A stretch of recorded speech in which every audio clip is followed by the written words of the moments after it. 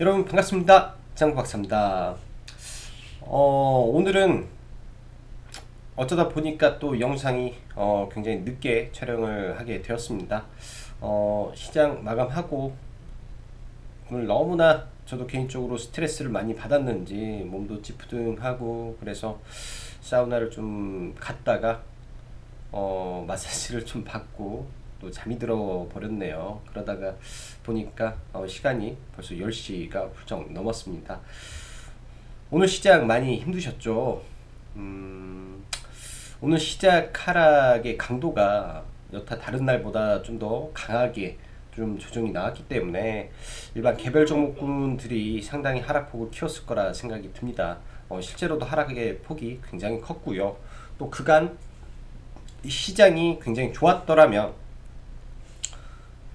그나마 양호했을 건데 요 며칠 시장이 지속적인 하락을 하던 과정 속에서 나온 급락이기 때문에 그 하락의 강도와 이 우리가 체감하는 이 계좌의 이 아픔이 좀 달랐을 거라고 보여집니다. 그만큼 오늘의 시장 하락 굉장히 좀 가팔랐고 좀 급격한 하락이 좀 나왔다라고 보시면 될 것 같네요. 시장의 하락을 반기고 그러는 건 아닌데 이미 시장에서는 많은 암시를 좀 하고 있었고, 네, 어느 정도의 현금 확보가 좀 돼 있는 상태에서 좀 하락을 맞았더라면 그나마 다행일 텐데, 만약에 이러한 시기에 신용과 미수가 좀 계좌에 많았더라면 특히 타격이 클 수밖에 없을 겁니다. 그래서 항상 예를 들면 지수가 21선 위에 놀고 있다면 약간의 공격적인 포지션에서 플레이가 가능하지만 지금처럼 이평선 자체가 좀 꺾여서 내려올 때는 특히 조심을 해서 시장을 대응해야겠죠. 매 하나하나의 이 이동 평균선 자체가 지금은 올라갈 때마다 저항으로 작용하는 구간이기 때문에 좀 더 많은 양의 자금과 힘이 들어와서 그러한 매물을 소화시키지 않는 이상은 쉽사리 반등이 잘 나오지 않는 좀 약세장의 기조로 증시가 좀 흘러가서 답답한 마음도 있습니다. 그렇지만 우리 매번 겪는 하락장이고 1년에 몇 번씩 오는 이런 하락 사이클이기 때문에 또 이 또한 잘 이겨내면 또 좋은 또 매수의 기회가 될 수 있을 거라고 생각을 합니다.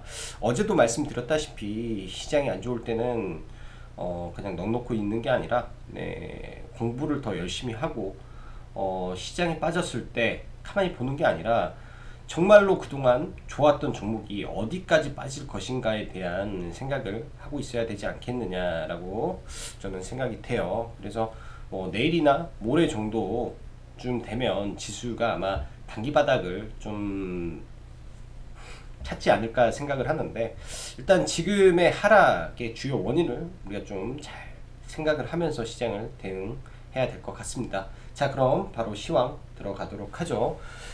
전일 미 증시 저도 새벽 1시 반 정도에 잠에 들었던 것 같아요. 네, 어젯밤 같은 경우는 야간 선물도 좀 급격하게 밀리다가 미 증시가 개장 이후에 저도 깜짝 놀랐는데 순간 거의 마이너스 4%까지 떨어지면서 또 테슬라가 마이너스 13% 이상 급락을 보이고 애플도 4% 이상 하락을 하면서 전반적으로 미 증시도 초토화가 좀 났었습니다. 그러나 파월 연설 이후에 어찌 보면 현재 문제가 되고 있는 이 테이퍼링에 대한 부분을 일단락을 시켰고, 인플레이션에 대한 부분은 경기 회복에 대한 기대감이 만든 거다. 그리고 인플레이션은 우리는 컨트롤할 수 있다라는 말로 일정 부분 시장에 안심, 즉 위안을 좀 던져줬죠. 좋은 시그널을 주면서 시장이 빠르게 회복을 했는데, 국내 증시 또한 장 초반 미 증시의 영향으로 별 타격 없는 출발이었으나 10시 이후 사실 중국 증시의 하락이 저는 미 증시의 영향을 받고 사실 밀리는 부분인 줄 알았는데, 오후장에 홍콩 증권거래세를 0.1%에서 0.13으로 인상한다라는 이슈가 갑자기 나오면서 시장은 중국의 긴축을 이제 부각을 하면서 중화권 전체 증시가 거의 폭락 수준으로 좀 빠지게 됐습니다. 특히 장 후반 들면서 매도가 매도를 부르는 좀 이런 흐름이 좀 진행이 됐는데, 아무래도 시장에 지금 있는 과도한 신용 잔고에서 나오는 부분이 없지 않아 있을 거라고 봅니다. 지금 현재 양 시장 이미 헤드앤숄더가 완성이 되어 있는 상태에서 반등을 줄 거라고는 봐요. 반등을 줄 건데, 반등을 준 이후에도 상당 부분 조심을 해야 됩니다. 헤드앤숄더 완성 이후에 지난번 8, 9월, 8, 9, 10월 하락장과 지금의 하락장의 주가의 위치가 다소 차이가 나죠. 그때는 코로나 팬데믹 이후 회복됐던 지수의 위치에서 떨어진 거고, 지금은 그 회복된 지수를 한참 뛰어넘는 신고가 부분에서 떨어지는 부분이기 때문에, 사실 지수의 위치를 정확히 어디다, 어디가 바닥이다 라고 정확히 볼 수는 없는 겁니다. 또한 그때보다 더 많아진 이 신용 물량이 있기 때문에 여전히 시장을 보면서 일정 부분 현금을 남겨놓고 최악의 순간이 왔을 때 내가 뭘 해야 될지 지속적인 연구가 필요할 거라고 생각이 되네요. 자, 기본적으로 지수 이미 추세가 하락하고 있는 가운데 투자 심리가 극도로 불안해지며 투매를 불러온 시장의 흐름이었고, 기본적으로 시장 주도주의 붕괴가 지금 가장 힘든 부분이었다라고 할 수 있을 것 같습니다. 어제 말씀드렸죠. 2차전지와 제약바이오. 오늘도 장 초반 셀트리온 헬스케어와 셀트리온 제약이 좀 버텨주는가 싶었었는데, 그리고 2차전지 섹터가 일정 부분 버티느냐 했었는데, 결과론적으로는 시장이 붕괴되면서 같이 좀 떨어지면서 하락폭을 좀 키웠고요.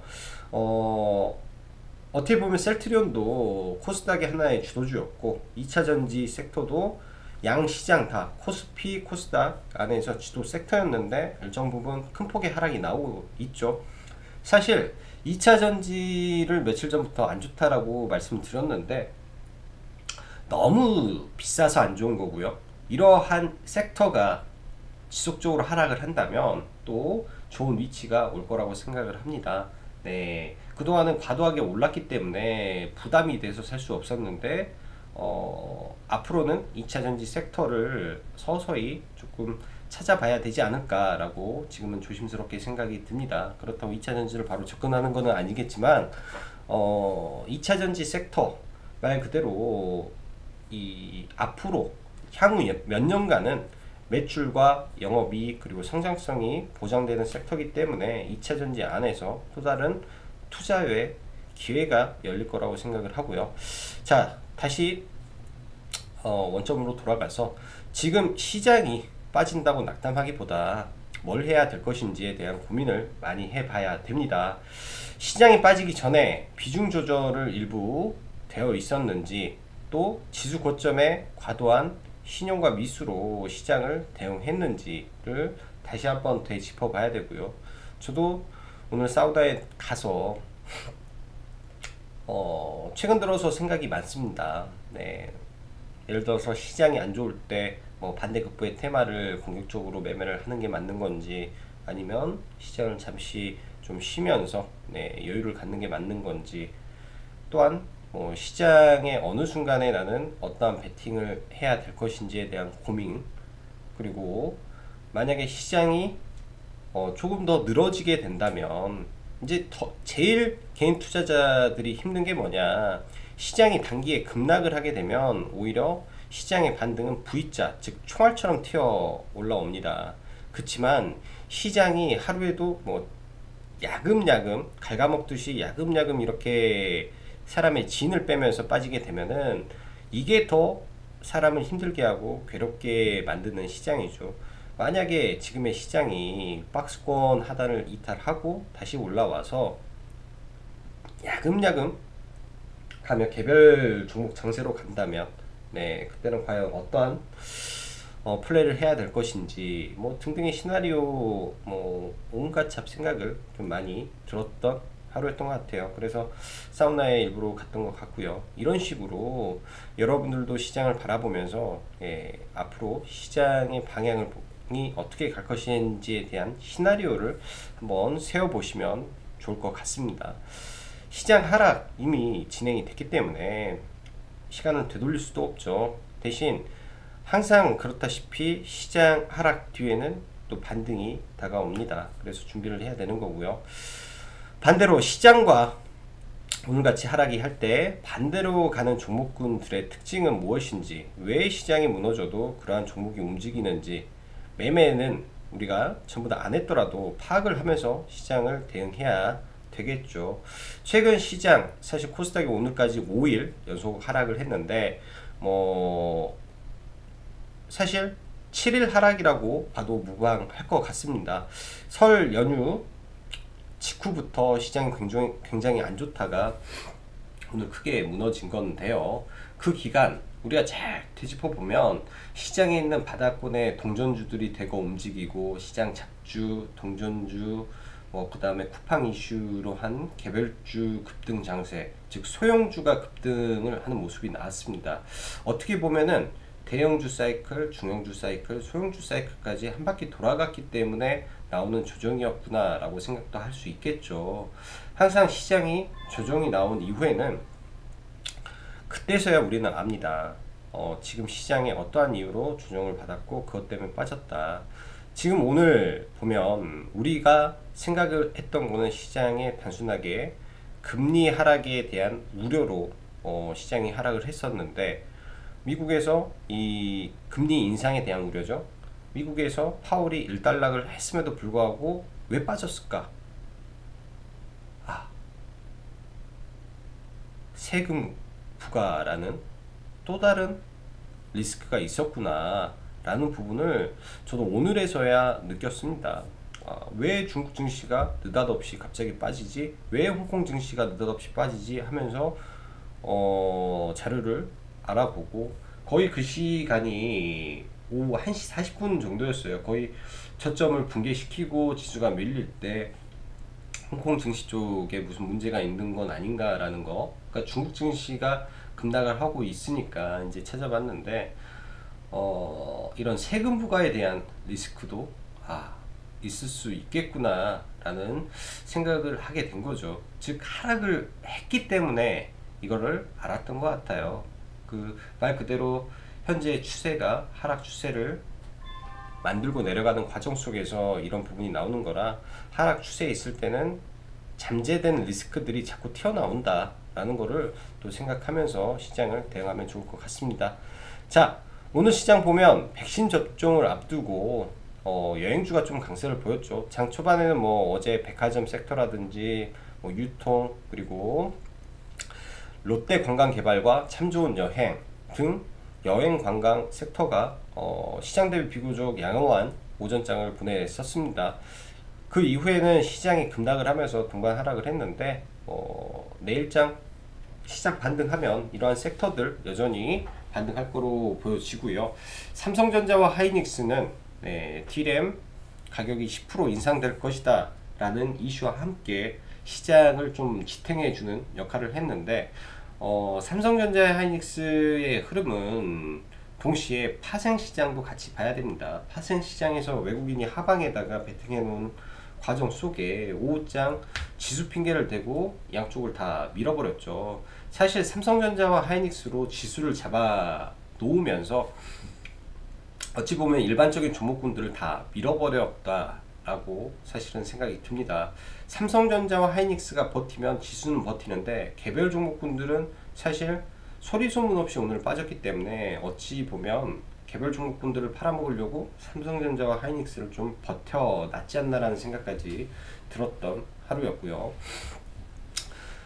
삼성과 하이닉스가 강세를 보여서 시그네틱스, 러셀, SF 반도체가 그나마 시장 대비 강한 모습, 그리고 미국 철강 부족 이슈가 오늘까지 이어지면서 포스코 강판이 상한가 이후에 오늘도 강세, 그리고 포스코 엠텍 등 철강 섹터가 시장 대비 강한 모습을 보였습니다. 시간 외에도 여전히 강한 모습이 나오고요.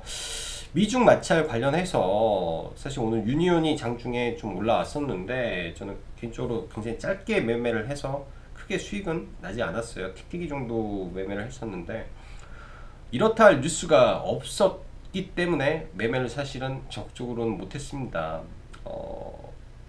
근데 이제 시장 해지 개념으로 유니언이 오늘은 올랐다라고 봐야 될 것 같고, 지속적으로 미중은 으르릉 되는 이슈가 있어서 네, 지속적으로 보기는 해야 될 것 같습니다. 장중 가상화폐도 반등을 하면서 이제 비덴트가 바닥권에서 좀 올라왔죠. 비덴트 같은 경우는 조금 더 밀리게 되면 좋은 매수 타점이 될 수 있었는데 이 부분은 매매는 안 했고요. 네, 그리고 네온테크가 드론 택배 사업 관련해서 사업자 등록증을 첫 발급했다라는 이슈가 네온테크의 드론 관련, 드론 택배 관련 특허 이슈가 테마가 되면서 장중한테 상한가, 그리고 시간의 상승. 그리고 오늘 시장에서 제일 강했던 거는 디지털 화폐 관련한 앨런의 발언으로 전일 로지시스라든지 한네트가 강세를 보였었는데, 오늘은 오전에 박영선 장관 또한 이러한 발언을 해서 이슈가 되며 로지시스가 상한가를 가고 한네트, KCT, KCS가 강세를 보였죠. 일단은 로지시스는 상이고 한네트가 아마 단기과열 예고가 돼서 시간에 좀 빠진 것 같은데, 보통 이렇게 되면은 단기과열이 안 된 종목군들에서 시세가 많이 나는 경우가 있습니다. 내일도 한번 지켜봐야 될 것 같고, 신규 상장주 오로스테크 저희도 전부 다 청약을 넣어서 했는데 생각보다 물량을 많이 못 받았네요. 5,000주 들어갔는데 딱 5주 받아가지고 오늘 밥값 정도 벌고 매도를 한 것 같습니다. 그리고 박셀바이오와 피플바이오가 오늘 시장에서 굉장히 거래대금을 터치면서 상한가에 좀 들어갔고요. 저도 사실은 어제 이거는 이따가 한번 보죠. 좀 아쉬워서 이거는. 자, 시장을 한번 먼저 체크를 해보면, 일단 시장은 굉장히 오늘 어려웠습니다. 먼저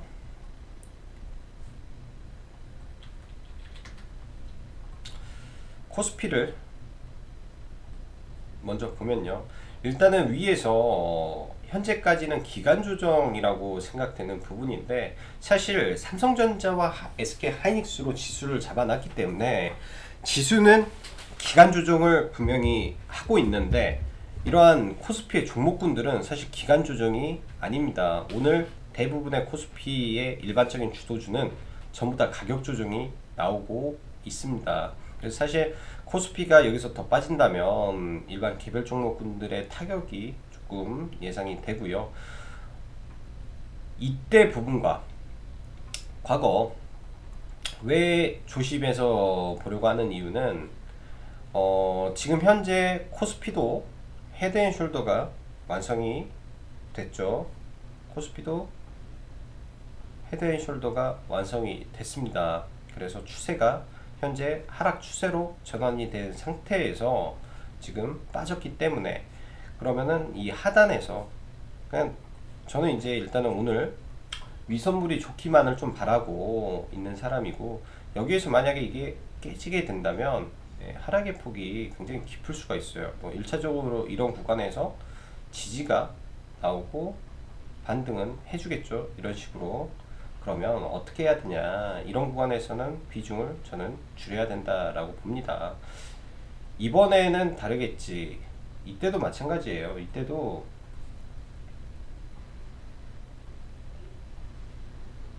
이러한 구간에서 다중 저점이 형성이 되어 있었기 때문에 사실 강한 반등이 나왔을 수 있는 거고, 그리고 이 당시에는 시장의 유동성이 지속적으로 유지가 되고 있었기 때문에 이러한 박스권을 돌파하고 상승을 했기 때문에 강하게 올라갔고, 지금은 이때 당시보다 주가 위치가 다소 높습니다. 그래서 시장의 바닥을 이번에는 확실히 지켜주는지를 좀 확인을 해야 될 것 같고, 그렇다고 지수가 완전하게 급락을 하느냐, 저는 또 그거는 아닐 거라고 생각이 됩니다. 1차적으로 이러한 추세선이 있겠죠. 종목에서 1차적으로 시작은 이러한 고점과 고점을 이어놓는 추세선을 하나 그리고 이거를 똑같이 복사를 합니다. 보통 추세는 평행을 그려야 되기 때문에, 그러면 정확히 저점과 저점을 만나는 추세가 하나 생기게 되죠. 이러한 추세 속에서 다시 추세선을 하나 더 복사를 해서 대충 추세의 중심봉이 되는 구간을 만들어 놔야 됩니다. 일단 오늘 보면은 이러한 추세의 중심봉에 맞는데, 보통 이런 거예요. 이 추세의 중심봉을 예를 들어 깨면 이제 이런 거죠. 이때 직전 고점이 아니라, 이런 직전 저점이 아니라 이 추세의 하단까지도 밀어버릴 수 있다라는 생각을 가지고 봐야 됩니다. 단순하게 이 직전 고점을 지지하겠지가 아니라, 시장에서 통상적으로 추세를 볼 때는요, 여기를 지지하겠지, 그러면은 정확히 보면은 60일선에서 코스피가 지지될 수도 있을 거야 라고 보고 매수를 할 수도 있는데, 이 구간을 찍고 올랐다가, 그러니까 반등을, 예를 들면 내일 시나리오가 만약에 개파락을 해서 여기를 찍고 출발을 하겠죠. 그러면은 아마 반등을 할 거예요. 그리고 이 추세선에 맞고 떨어지게 된다면 이렇게 하단 추세까지 열릴 수 있다 라는 생각을 저는 해야 되지 않나 라고 생각이 듭니다. 이때도 마찬가지거든요. 이때도 이미 이 추세는 만들어져 있는 상황에서 지수가 이 중심봉이 이렇게 나왔잖아요. 이 중심봉을 여기서 반등하고 여기에 저항을 맞는 다음에 밀려서 이 하단까지도 내려왔다 라는 거죠. 그럼 내일 시장이 하락을 하고 올라와서 여기를 막고 떨어지면 하락이 클 수도 있습니다. 그런 생각도 열어놓고 시장을 좀 봐야 되고요. 일단 오늘 미 증시를 좀 봐야 되겠는데, 오늘 어찌 보면 국내 증시가 약간 과도하게 빠진 부분도 있습니다. 허나 주가의 위치가 다소 불안하기 때문에 이런 거는 한번 생각을 해보는 것도 좋다라고 보여지고요. 이때와 이때의 상황이 약간 좀 다르죠. 너무 과하게 올라와 있는 상황에서 지금 조정이라 약간 좀 리스크 관리는 필요해 보이고요. 코스닥, 자, 코스닥은 코스피보다 더 심합니다. 코스닥은 코스피보다 더 상태가 많이 안 좋죠. 이러한 고점에서 고점을 연결하는 추세선을 한번 만들어 보고요. 그럼 하단 추세선의 일정 부분 닿겠죠.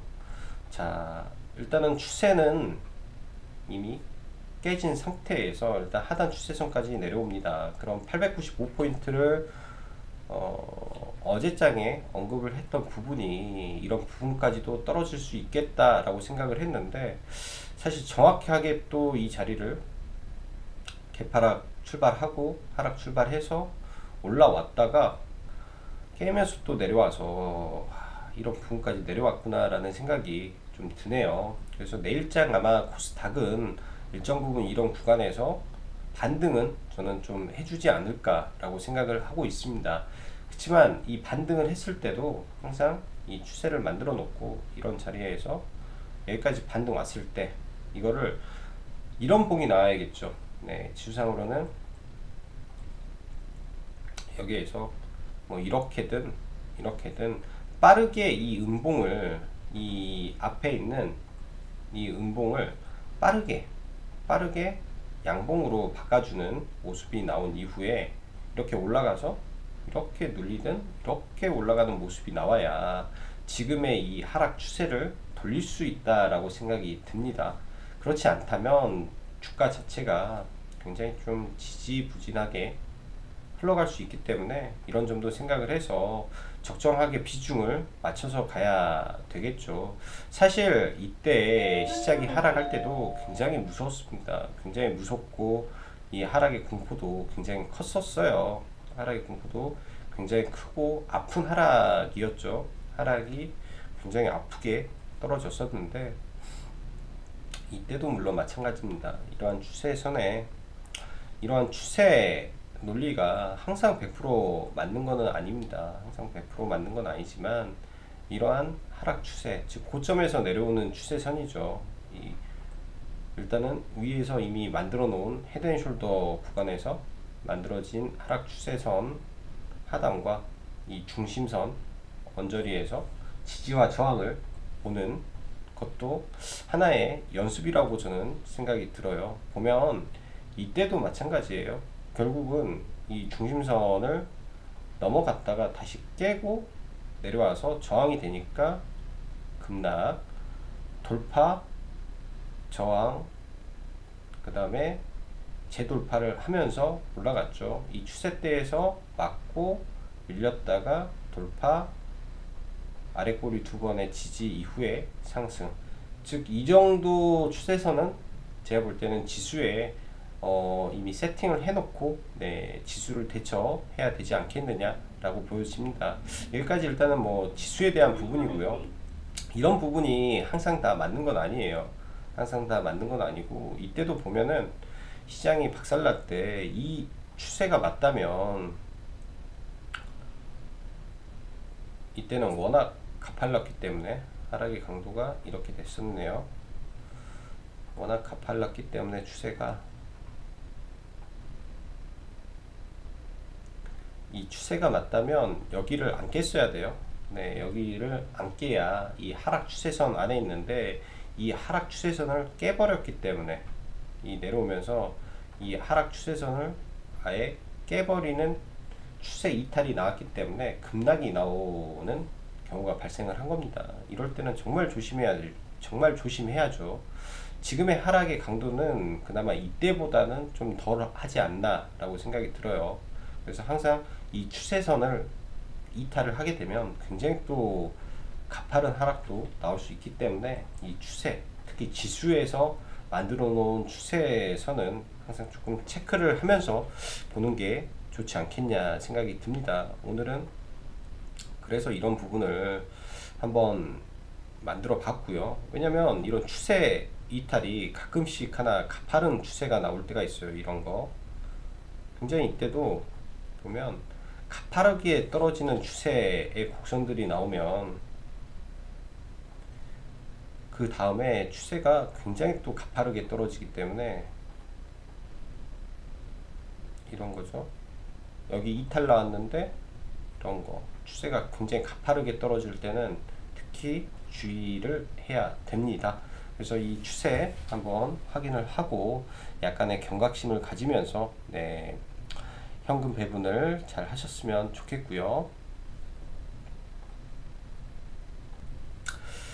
오늘은 개별 종목에 대해서는 뭐 주도주단 몇 개만 좀 보고 마무리를 하겠습니다. 일단 삼성전자, 사실 어제부터 계속 삼성전자만 저는 사실 회원님들한테 추천을 먼저 드렸었는데, 어제도 하단에서 못 잡고 오늘도 하단에서 사실 못 잡았어요. 저는 한 81,000원 이하에서 잡으려 하다 보니까 81,000원 아래로는 안 빼서 두 번 다 매매를 못 했는데, 뭐 다른 거 들어가서 좀 매매가 살짝 꼬인 격도 좀 있습니다. 자, 어제 언급했던 롯데케미칼, 개인적으로는 롯데케미칼에 좀 물렸고요. 좀 손실을 보고 있습니다.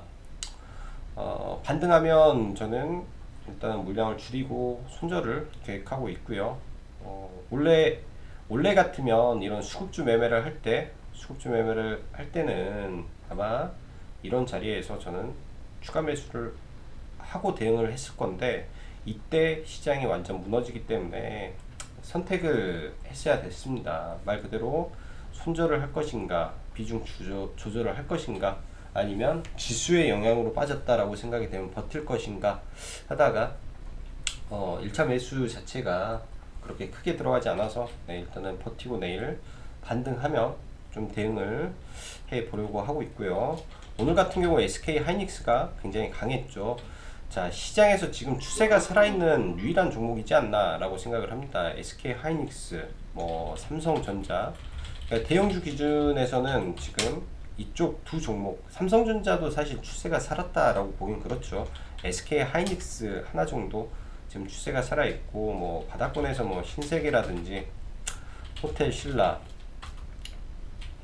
아니라 뭐 한국 홀마, 뭐 이런 애들 좀 살아서 움직이고, 현대백화점, 이런 애들이 조금 움직이는데, 지금은 이제 이 백신의 투여가 진행되기 전까지는 이런 종목군들은 아직까지는 홀딩의 관점에서 대응해야 되지 않겠냐라고 보여집니다.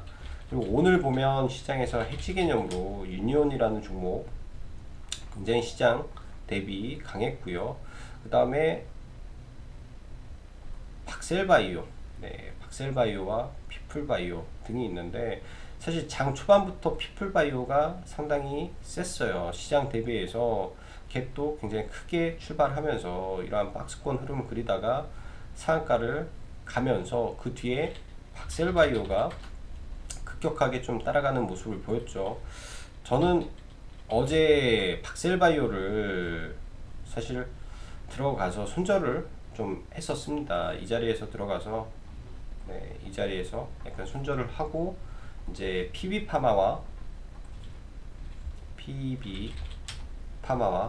어제도 이 자리에서 사실 추천을 했었는데 제대로 안 됐고, 네, 뭐 일부 회원님은 잡으셔서 수익을 냈었는데, 어제 이제 저희가 종가에 이거를 담아서 여기서 좀 팔고 나머지 일부를 좀 못 팔았더니 막판에 좀 빼서 좀 하락을 좀 당했고요. 이 종목은 반은 잘 수익을 하고 반은 잘 수익을 못 했는데, 오늘 시장이 안 좋을 것 같아서 신규 상장 종목을 대응을 했었고, 내일장도 아마 신규 상장 종목이 좀 강하지 않을까라는 생각은 하고 있습니다.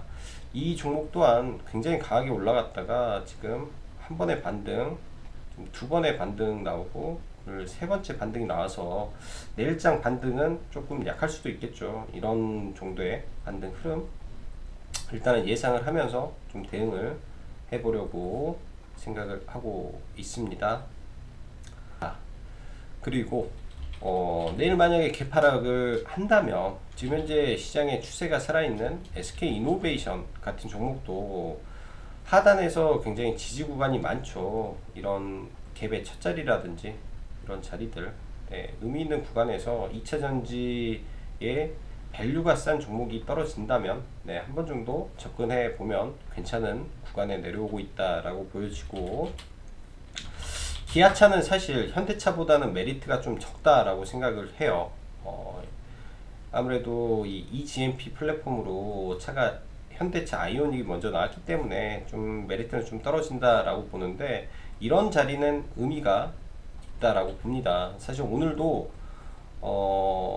75,000원 구간에서는 한번 접근을 해볼 생각은 했어요. 근데 시장이 워낙 빠지니까, 네, 매매를 안 했고, 이런 구간에서는 한 번 정도, 네, 좋은 공략 구간이 될 거다라고 보여집니다.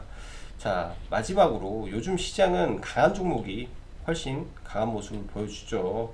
최근에 굉장히 강했던 종목군들을 몇 개 살펴보면, 강하게 올라왔던 네오위즈 홀딩스라는 종목이 이제 내일장 만약에 시장에 급락을 해서 이런 자리까지 떨어져 준다면 한 번 정도 봐볼 수 있을 것 같고요. 카카오의 이 가상화폐 클레이튼 관련주라고 보시면 될 것 같습니다. 이런 의미 있는 공간에서의 매매, 그리고 삼성출판사가 오늘 장 막판에 약간의 반등이 있었는데, 뭐 내일장 다시 한번 반등을 주고 올라갈지 정도 체크를 해보면 좋을 것 같고요. 그 밖에 동방도 지금 위에서 좀 흘러내려오고 있죠. 동방도 이 하락의 폭이 여기서 급격하게 떨어져 준다면 최대한 기다려서 좀 20일선 올라올 때까지 기다려서 한번 봐보는 것도 좋을 것 같고, 다날은, 네, 조금 위험한 것 같고, 그 다음에 KINX